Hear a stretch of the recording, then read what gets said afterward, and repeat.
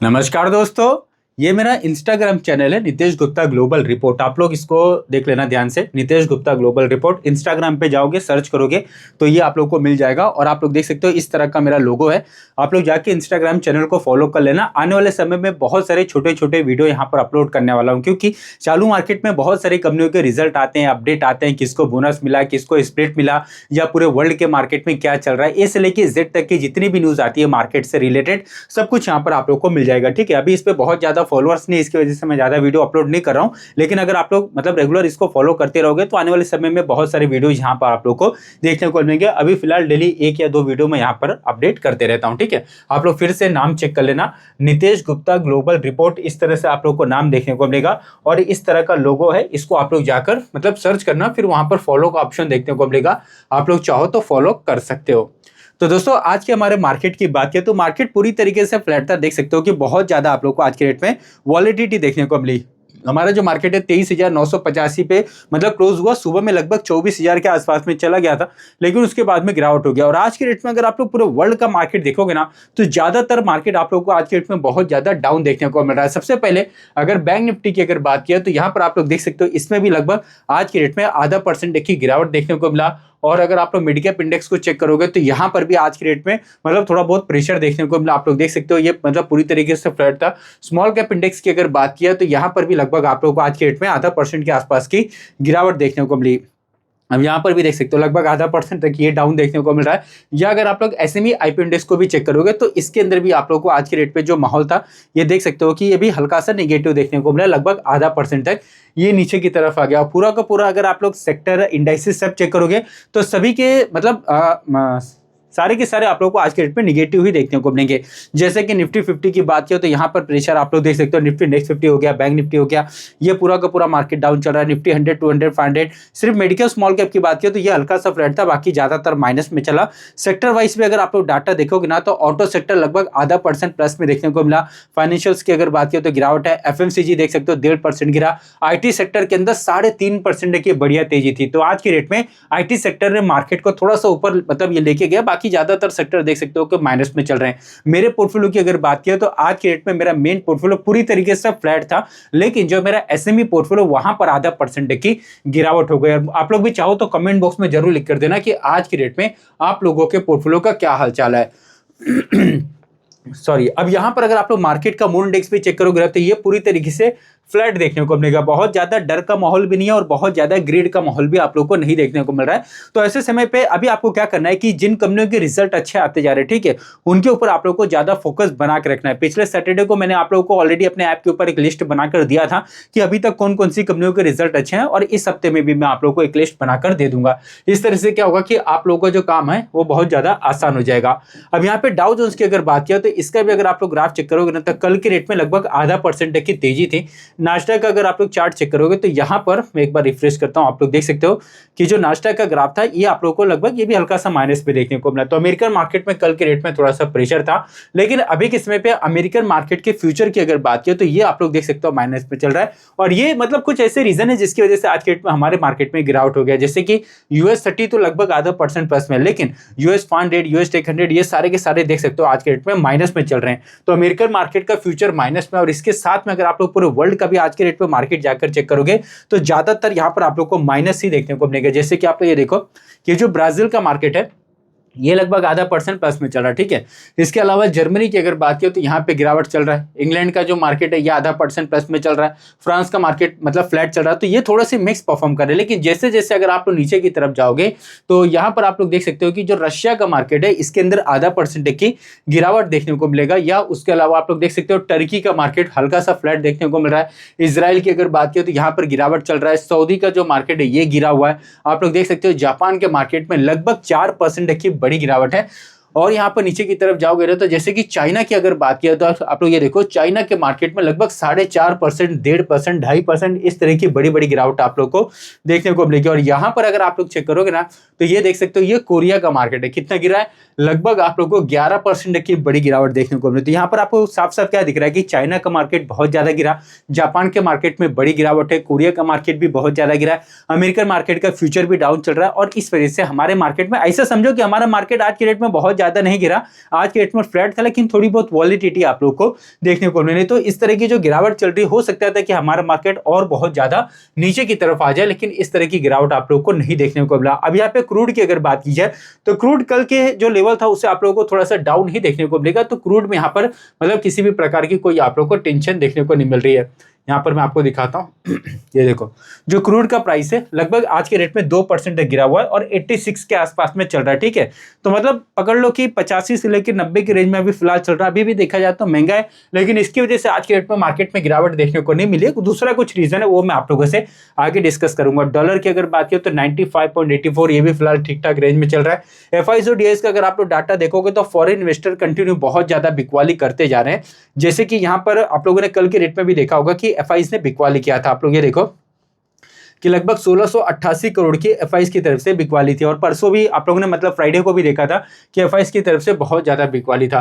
तो FIs तो continue बिकवाली करते जा रहे हैं। और आज के रेट में अगर आप लोग चारों तरफ देखोगे तो सिर्फ IT सेक्टर आज के रेट में मतलब उसने मार्केट को संभाला हुआ है, नहीं तो बाकी ज्यादातर सेक्टर आज के रेट में आप लोग को माइनस में जाते हुए देखने को मिला। अब यहाँ पर मेन रीजन है कि एशियन मार्केट जो है, जो एशियाई बाजार है, वहां पर गिरावट की आखिर वजह क्या है। तो मैं आपको बताना चाहूंगा कि जो हार्डवेयर वाली कंपनी है, जैसे एनवीडिया हो गया, जो सेमीकंडक्टर बनाने का जो काम करती है, इस तरह से बहुत सारी सेमीकंडक्टर वाली जो कंपनी है, वहां पर प्रॉफिट बुकिंग देखने को मिला। और वहां से पैसा निकल के अभी कहां आ रहा है, सॉफ्टवेयर वाली कंपनियों में, मतलब कि हमारी जो IT सेक्टर की जो कंपनी है, जो सॉफ्टवेयर बनाने का काम करती है, वहां पर फंड आ रहा है। और इस वजह से आज के रेट में आप लोगों ने देखा होगा कि ज्यादातर जो सेमीकंडक्टर वाली बड़ी बड़ी जो कंपनियां बाहर देशों की, उनके अंदर गिरावट है, लेकिन हमारा IT सेक्टर आज के रेट में अच्छा परफॉर्म किया। आप लोग देख सकते हो कि चीन की तकनीकी कामयाबी, एक रिपोर्ट के मुताबिक चीन की सरकारी सहायता प्राप्त कंपनी ने चिप बनाने वाली एडवांस लिथोग्राफी मशीन, दोस्तों आपको पता होगा कि सेमीकंडक्टर बनाने के लिए एक लिथोग्राफी मशीन आती है, ठीक है, जो कि पूरी दुनिया में नेदरलैंड में कंपनी जो कि बनाती है, ठीक है, जिसको अमेरिका कंट्रोल करता है, और वो चाइना को देने से मना करता है। उस तरह की मतलब नेदरलैंड को बोला गया है कि भाई ये मशीन आपको चाइना को नहीं देना है, नहीं तो चाइना भी आगे चल के सेमीकंडक्टर बनाने लगेगा, ठीक है। लेकिन अभी इसके मतलब कंपेयर में चाइना ने क्या किया, खुद का जो इस तरह का मशीन है वो इन्होंने बना दिया। और इस वजह से अभी क्या हो रहा है कि एनवीडिया हो गया या फिर बाकी जो कंपनी, उनके अंदर दहशत हो गई है, और इस वजह से गिरावट आप लोग देख सकते हो कि लिथोग्राफी मशीन का बड़े पैमाने पर उत्पादन शुरू कर दिया है। इसके अलावा चीनी चिप मेकर CXMT ने सोमवार को संघाई शेयर बाजार में लिस्ट होते हैं 470% की जबरदस्त तेजी दिखाई। मतलब एक कंपनी है जो कि इसी मतलब सेमीकंडक्टर में काम करती है, उसकी लिस्टिंग हुआ और 470% का ग्रोथ यहां पर देखने को मिला। इससे निवेशकों में डर बैठ गया है कि दक्षिण कोरियाई और अमेरिकी दिग्गज कंपनियों का मार्केट शेयर अब चीन के हाथों में जा सकता है। अब तक क्या हो रहा था, ये जो अमेरिका की कंपनियां हैं या फिर मतलब बाकी जो जैसे कि कोरिया की जो कंपनियां हैं, जो सेमीकंडक्टर में मतलब इनका दबदबा था, तो चीन को ये लोग क्या एक्सेस नहीं दे रहे थे। अभी क्या होगा कि चाइना ने अपनी खुद की मशीन बना ली है। जैसे कि मैंने आपको बताया कि नेदरलैंड में जो मेन मशीन होती है जो सेमीकंडक्टर को बनाती है, उसको कौन कंट्रोल करता था, अमेरिका। और अब क्या हो रहा है कि मतलब अमेरिका ने उस नेदरलैंड को बोल के रखा था कि भाई ये मशीन चाइना को आपको नहीं देना, नहीं तो चाइना आगे चल के इसका बहुत ज्यादा प्रोडक्शन करने लगेगा। तो चाइना ने क्या किया, खुद का ही उस तरह का मशीन बना लिया, और इससे क्या हो रहा है कि अब चाइना बहुत ज्यादा मास प्रोडक्शन कर रहा है, ठीक है। तो ऐसे में जो कंपटीशन है वो बहुत ज्यादा बढ़ रहा है, और इस वजह से अमेरिका और जो कोरिया की कंपनी है उनके अंदर आप लोगों ने आज के रेट में गिरावट देखा, ये एक रीजन है।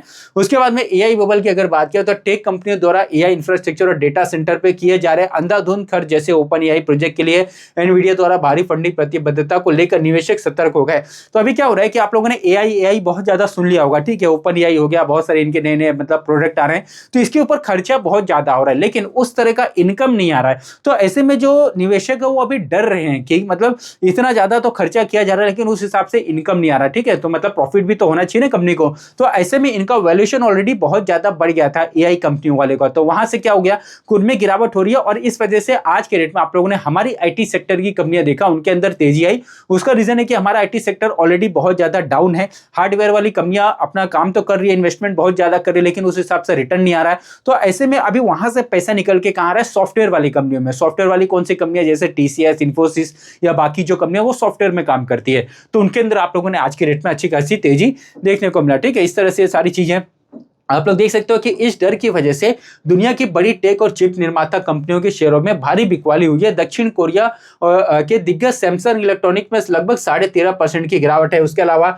SK हाइनिक्स हो गया, मतलब जो साउथ कोरिया की बड़ी बड़ी कंपनियां हैं, वहां पर आज के रेट में बहुत ज्यादा प्रेशर था, और इस वजह से आप लोगों ने देखा कि साउथ कोरिया का मार्केट आज के रेट में लगभग 11% के आसपास में आप लोग को मतलब गिरावट वहां पर देखने को मिला। अब यहाँ पर अगर आप लोग चेक करोगे कि आईटी सेक्टर, मैंने आप लोगों को शॉर्टकट में बताया था कि आईटी सेक्टर में तेजी की वजह क्या थी। आप लोग ये देखो यहाँ पर क्या बोला जा रहा है कि वैश्विक बाजारों में एनवीडिया और एएमडी जैसी बड़ी एआई चिप मेकर हार्डवेयर कंपनियों में भारी गिरावट देखी गई।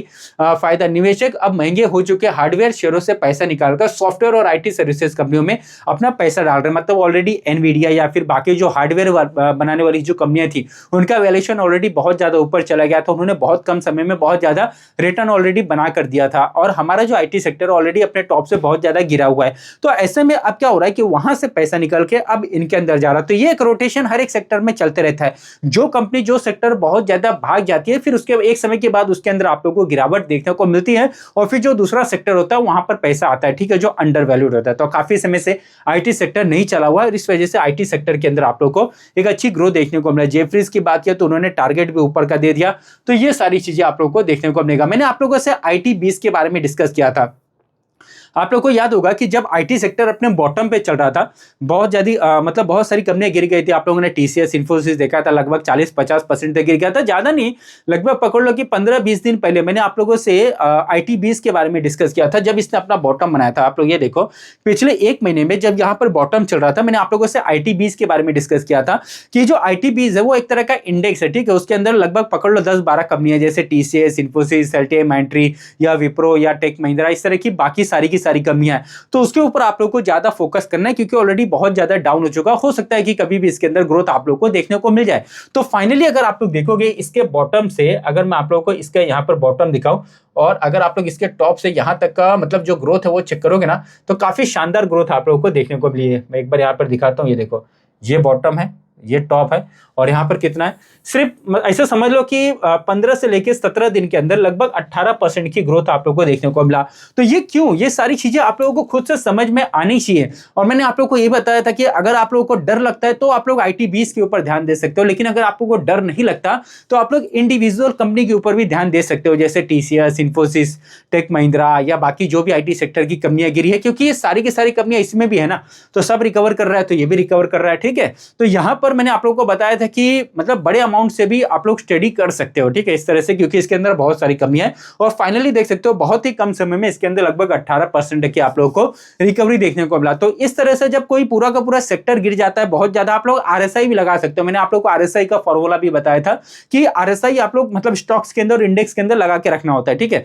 जब आरएसआई बहुत ज्यादा नीचे चला जाए, आपको दिख रहा है पूरा का पूरा इंडेक्स से नीचे गिरा हुआ है, तो फिर वहां पर आप लोग को ध्यान देना होता है। और अभी आप लोग देख सकते हो शॉर्ट टर्म में इसके अंदर एक अच्छी रिकवरी देखने को मिला। तो इस तरह से आप लोगों को अच्छे अच्छे जो इंडेक्स होते हैं, अच्छी अच्छी जो कंपनियां होती है, वहां पर मौके का फायदा जो है वो उठाते आना चाहिए।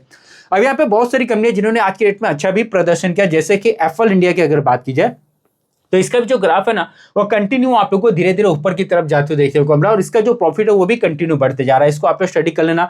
बहुत सारी आज के डेट में जो बड़ी बड़ी कंपनियां थी, उनके अंदर भी आप लोग को छोटी छोटी तेजी देखने को मिला, जैसे कि नेस्ले इंडिया ने आज के डेट में अच्छा परफॉर्म किया, या टाइटन की अगर बात की जाए तो टाइटन भी धीरे धीरे आप लोग को ऊपर की तरफ जाते हुए देखने को मिला। ब्रिटानिया की अगर बात की जाए तो ब्रिटानिया ने भी आज के डेट में आप लोग को अच्छा प्रदर्शन यहाँ पे बना कर दिया। पॉलीकैब की अगर बात की जाए तो पॉलीकैब कंटिन्यू आप लोग को अच्छा ही परफॉर्म करते हुए देखने को मिला। पॉलीकैब हो गया, आरआर केबल हो गया, केईआई हो गया, या और भी इस तरह की वायर वाली कंपनियां। मैंने आप लोगों को बार बार अपडेट किया था कि पावर सेक्टर के ऊपर आप लोगों को ध्यान देना है, ठीक है। और पावर सेक्टर में भी ऐसी कंपनियां नहीं जो कि फिनिश गुड बनाती है, जैसे आप लोगों ने एनएचपीसी देखा होगा, या आप लोगों ने टाटा पावर देखा होगा, या आप लोगों ने अडानी पावर देखा होगा, या आप लोगों ने बहुत सारी पावर सेक्टर वाली जो डायरेक्ट पावर बनाने का काम करती है। मैंने आप लोगों को हमेशा बोला है कि इस तरह की कंपनियों को स्टडी नहीं करना होता है, ठीक है, जो फिनिश गुड बनाते हैं। आपको किसके ऊपर स्टडी करना होता है, जो इनका रॉ मटेरियल मतलब प्रोवाइड करती है। रॉ मटेरियल में क्या हो गया, पावर सेक्टर के लिए जैसे ट्रांसफार्मर बनाने वाली कंपनी, या ट्रांसफार्मर के पार्ट बनाने वाली कंपनी, या इस तरह की जो वायर वाली कंपनियां होती है, या आप लोगों ने स्विचेस देखा होगा, स्विच गियर देखा होगा, या अलग अलग तरह के इलेक्ट्रिकल इक्विपमेंट होते हैं।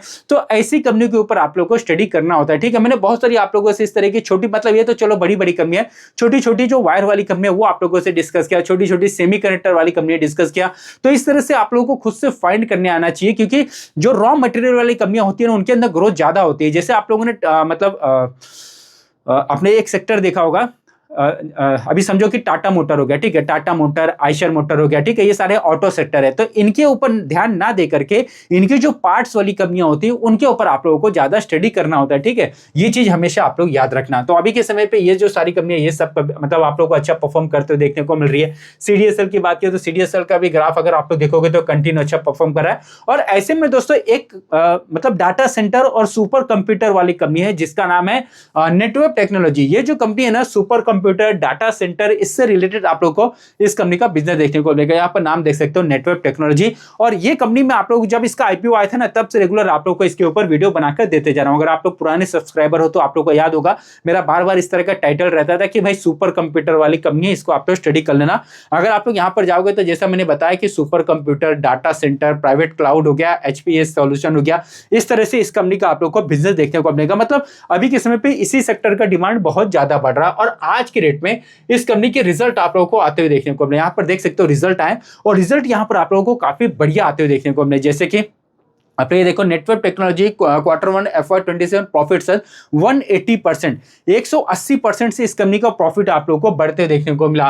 तो ऐसी कंपनियां, मतलब अभी क्या होगा, ऑलरेडी इसके अंदर बहुत ज्यादा ग्रोथ हो चुका है, लेकिन इसके रिजल्ट अच्छे आने की वजह से इसका पी रेशियो आप लोगों को वापस से हो सकता है कि नीचे की तरफ आते हुए देखने को मिला। और जब मार्केट में मान लो कि अभी अमेरिका ईरान के बीच में कुछ टेंशन हो गया, ठीक है, और एक्सटर्नल रीजन की वजह से मार्केट गिर गया, तब ऐसी जो कंपनियां होती है उनमें भी गिरावट आती है। बट ऐसी कंपनियों को आप लोग को स्टडी करना होता है और इस वजह से मैं आप लोग को हर बार लिस्ट बना कर देता हूं कि भाई कौन कौन सी कंपनियों के रिजल्ट कैसे आए। आप लोग देख सकते हो इसका जो नेट प्रॉफिट है लगभग 180% से बड़ा, रेवेन्यू 172% से बड़ा, उसके अलावा एबिटा की बात किया तो लगभग 169% से बड़ा। तो सारे के सारे पैरामीटर इस कंपनी के आप लोगों को बढ़िया देखने को मिलेगा। तो यहाँ पर साफ साफ दिख रहा है कि इस कंपनी के जो रिजल्ट अच्छा है, मतलब बिजनेस इसका अच्छा चल रहा है। और वहीं पर अगर आप लोग इस कंपनी का प्रॉफिट भी चेक करोगे ना, तो आप लोग देख सकते हो कि यहाँ पे 3 करोड़ का प्रॉफिट था, बाद में 4 हो गया, फिर 8 हो गया, 22 हो गया, 47 हो गया, 76 हो गया, 114, 206। मैंने आप लोगों को क्या सिखाया कि हर साल अगर किसी कंपनी का प्रॉफिट ग्रो कर रहा है और टेम्पररी अगर उसमें मार्केट की वजह से प्रॉब्लम है तो कोई टेंशन वाली बात नहीं होती, वहां पर आप लोग को मतलब ज्यादा स्टडी करना होता है, ठीक है। तो इसके ऊपर आप लोग फोकस कर सकते हो। इसके अलावा भी और भी बहुत सारी कंपनियां हैं। आप लोग देख सकते हो कि यहाँ पर प्रूडेंट कॉर्पोरेट की अगर बात किया, प्रूडेंट कॉर्पोरेट, ठीक है, ये कंपनी भी बहुत पुराने समय से डिस्कस करते आ रहा हूं, लगभग अपने ऑल टाइम हाई पे कंपनी ट्रेड करी है। और अभी देख सकते हो कि अलग अलग जो ब्रोकर है वो इनका जो टारगेट है वो आप लोग को ऊपर का देते जा रहा है। प्रूडेंट की अगर बात की जाए तो इसका भी अगर आप लोग प्रॉफिट चेक करोगे तो कंटिन्यू इसके अंदर आप लोग को एक अच्छी ग्रोथ देखने को मिलेगा। जैसे कि 21 करोड़ का प्रॉफिट, 28, 45, फिर यहाँ पर 80, 117, 139, 196, 222, 245, हर साल कंपनी का प्रॉफिट कंटिन्यू यहां पर बढ़ते हुए देखने को मिलेगा। मैंने आप लोगों को बार बार अपडेट किया था कि इस कंपनी का जो बिजनेस है वो म्यूचुअल फंड हो गया, लोन हो गया, इससे रिलेटेड आप लोगों को इसका कारोबार देखने को मिलेगा। आप लोग देख सकते हो ये इस कंपनी की साइट है और अलग अलग तरह की इनकी साइट देखने को मिलेगा। Policy world, credit basket, prudent, private wealth हो गया, एज हो गया, फंड बाजार हो गया, प्रू बाजार हो गया, इस तरह के बहुत सारे ऑनलाइन इनके आप लोग को साइट देखने को मिलेंगे। Mutual fund, insurance, stock broking, या उसके अलावा फिक्स्ड इनकम प्रोडक्ट हो गया, या फिर पीएमएस हो गया, स्मॉल केस हो गया, और उसके अलावा देख सकते हो लिक्विड लोन्स हो गया, प्रॉपर्टीज हो गया, लोन हो गया। इस तरह से बहुत सारे काम में कंपनी आप लोगों को करते हुए देखने को मिल जाती है। तो ऐसे ऐसे कंपनी आप लोगों को ढूंढने आना चाहिए। मैंने आप लोगों को एक चीज क्या समझाया हमेशा कि कोई भी कंपनी नीचे गिरेगी तो 100% से ज्यादा नीचे नहीं गिरती है, लेकिन ऊपर जाएगी तो उसके अंदर अनलिमिटेड ग्रोथ आप लोगों को देखने को मिलता है। क्या आप लोगों ने किसी भी ऐसी कंपनी को देखा है जो 200%, 500% माइनस में चली गई रहेगी? नहीं देखा होगा। आप लोगों ने ऐसी कंपनी देखा होगा जो 80% गिर गई, 90% गिर गई, इतना ही देखा होगा। लेकिन आप लोगों ने ये जरूर देखा होगा कि कोई कंपनी 500% ऊपर चली गई, कोई 1000 चली गई, कोई 10,000 चली गई, कोई उससे भी ज्यादा चली गई, ये देखा होगा ना। तो कहने का मतलब है कि मान लो कि अगर हम लोग 10-10 हजार करके बहुत सारी कंपनियों में पैसा लगाते हैं, ठीक है, फॉर एग्जांपल मैं आपको बता रहा हूं, और उसमें से मान लो 4-5 कंपनियां आपकी मतलब खत्म हो जाती है, लेकिन अगर बाकी जो 4-5 कंपनियां हैं वो अगर ऊपर की तरफ जाती है तो वहां पे ग्रोथ काफी बढ़िया होता है, क्योंकि ऊपर की तरफ आसमान पूरा खुला रहता है, अनलिमिटेड ग्रोथ वहां पर आप लोग को देखने को मिलता है। तो ये सारी चीजें आप लोग को मार्केट में समझ में आनी चाहिए, और जिस दिन इस तरह की मानसिकता आपकी हो जाएगी और आपको ये समझ में आएगा कि कोई भी स्टॉक मैक्सिमम 100% से ज्यादा तो जाएगा नहीं नीचे, ठीक है, तो उस दिन आपका जो डर है वो मार्केट से निकल जाएगा।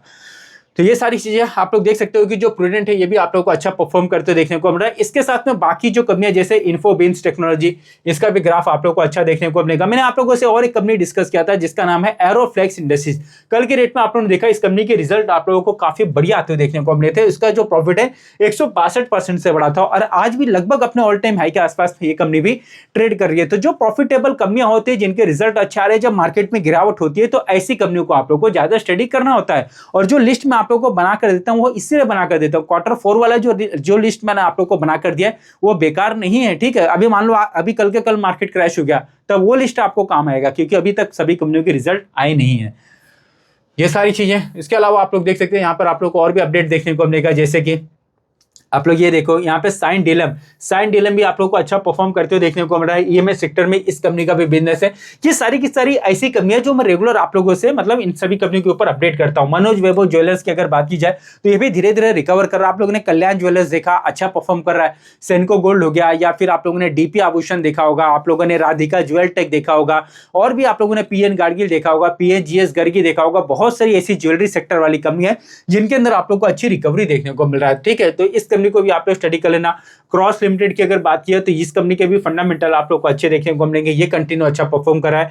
क्यूपिट लिमिटेड की तो बात ही अलग है, ये लगभग आप लोग को अपने ऑल टाइम हाई के आसपास में ट्रेड करते हुए देखने को मिल रहा है। या उसके अलावा अगर आप लोग इस तरह से, और एक कंपनी जिसका नाम है पेस डिजिटेक लिमिटेड, इस कंपनी के बारे में मैंने आप लोग को अपडेट किया था कि बैटरी एनर्जी स्टोरेज सिस्टम, इसमें इस कंपनी का बिजनेस है, ठीक है। इसके फंडामेंटल भी अच्छे हैं। आज की डेट में इस कंपनी को लेकर आप लोगों को एक अपडेट देखने को मिलेगा, और यहाँ पर एक न्यूज आई है। यहाँ पे क्या बोला जा रहा है कि Pace Digitek subsidiary cross 300 battery energy storage system container milestone announce 5 gigawatt facility expansion. मतलब आप तो देख सकते हो कि इसकी एक सब्सिडरी कंपनी है जिसने 300 battery energy storage system container जो है उसका माइलस्टोन कंप्लीट कर दिया। मतलब ये कंपनी भी अपने सेक्टर में बहुत तेज रफ्तार से ग्रो कर रही है। तो ऐसी ऐसी कंपनियों को आप लोग को ढूंढने आना चाहिए, तब जाकर आप लोग मार्केट में सक्सेसफुल हो पाओगे, ठीक है। आप लोग देख सकते हो अभी और भी बहुत ज्यादा ये अपनी कैपेसिटी बढ़ाने की कोशिश में लगी हुई है, तो इसको आप लोग स्टडी कर लेना। और अगर आप लोग इस कंपनी का भी प्रॉफिट चेक करोगे तो यहां पर आप लोग देख सकते हो कि 12 करोड़ का इसका जो प्रॉफिट था वो बढ़कर 17 हो गया, फिर 230 हो गया, 279 हो गया, 307 हो गया। तो हर साल इस कंपनी का प्रॉफिट भी कंटिन्यू आप लोग को बहुत ज्यादा बढ़ते हुए देखने को मिला। तो ये सारी चीजें आप लोग को समझ में आनी चाहिए। उसके अलावा बहुत सारी आज के डेट में एसएमई कंपनियां भी थी जिनके अंदर तेजी भी थी, गिरावट भी थी। उनके ऊपर तो मैंने आप लोग को ऑलरेडी अपने ऐप के ऊपर वीडियो बनाकर दे दिया, तो आप लोग जाकर चेक कर लेना। और अगर आप लोग ऐसी भी कंपनी देखोगे जिनके अंदर आज के डेट में बहुत ज्यादा प्रेशर था, जैसे कि जो पहली कंपनी थी जिसके अंदर आज के डेट में गिरावट थी, उसका नाम है वीबीएल। इसके रिजल्ट मार्केट को अच्छे नहीं लगे। मैंने आप लोग को बार बार अपडेट किया कि वीबीएल अगर आप लोग इसका ग्राफ जाकर चेक करोगे तो अच्छा परफॉर्म करा था, ठीक है। 2016 के आसपास में जब इसका आईपीओ आया था तब उस समय इसका मार्केट कैप लगभग 6000 करोड़ के आसपास में था। ये छोटी कंपनी थी। आज के डेट में इसका मार्केट कैप लगभग 1.5 लाख करोड़ के आसपास में है। तो जिस तरह से इसके मतलब इसके अंदर पिछले पकड़ लो कि 8-9 साल में जो ग्रोथ आई है, अब आने की जो संभावना वो बहुत कम है, क्योंकि छोटी कंपनी में ग्रोथ बहुत ज्यादा होता है, क्योंकि उस समय इनका प्रॉफिट कम रहता है लेकिन परसेंटेज ज्यादा रहता है। जैसे 1 करोड़ का प्रॉफिट बढ़कर 2 करोड़ हो गया तो अमाउंट में कोई बहुत ज्यादा नहीं बढ़ता है, लेकिन परसेंटेज में देखोगे तो 100% का जंप हुआ ना। 1 करोड़ से 10 हो गया, मतलब सीधा 1000% का जंप हुआ ना।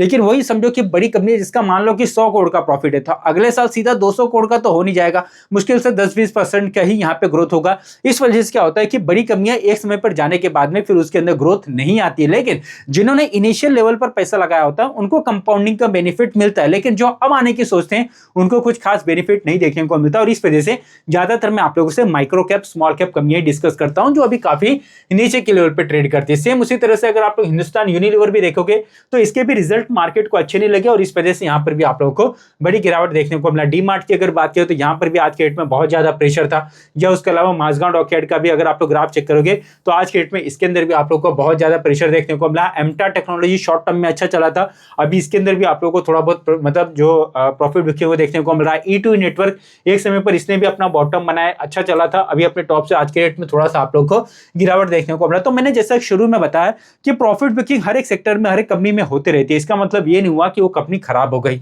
आप लोग देख सकते हैं अवांटेल, इसके अंदर भी आप लोग को आज के डेट में थोड़ी सी गिरावट देखने को मिला। बाकी किसी भी कंपनी को लेकर ऐसी कोई खराब न्यूज आप लोग को नहीं देखने को मिला। या अगर आप लोग दूसरी कंपनी देखोगे जैसे ब्लू स्टोन ज्वेलरी की अगर बात की जाए तो यहाँ पर आप लोग को आज के डेट में थोड़ा सा प्रेशर देखने को मिला।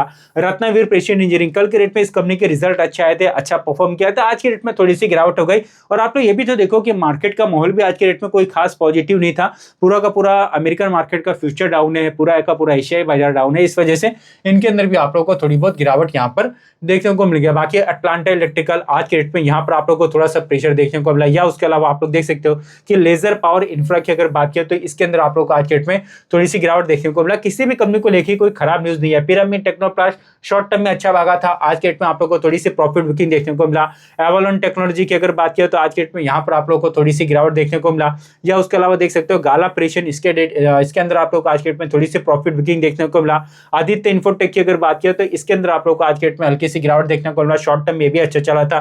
फिर अगर आप लोग बाकी कंपनी देखोगे जैसे ओरिएंट टेक्नोलॉजी की अगर बात की जाए तो इसको भी बहुत सारे ऑर्डर कंटिन्यू मिलते रहते हैं, आज के डेट में आप लोग को थोड़ी सी गिरावट देखने को मिला। कृष्णा डिफेंस की अगर बात किया तो शॉर्ट टर्म में इसके अंदर भी अच्छी तेजी थी, आज के डेट में आप लोग को थोड़ी सी प्रॉफिट बुकिंग देखने को मिला।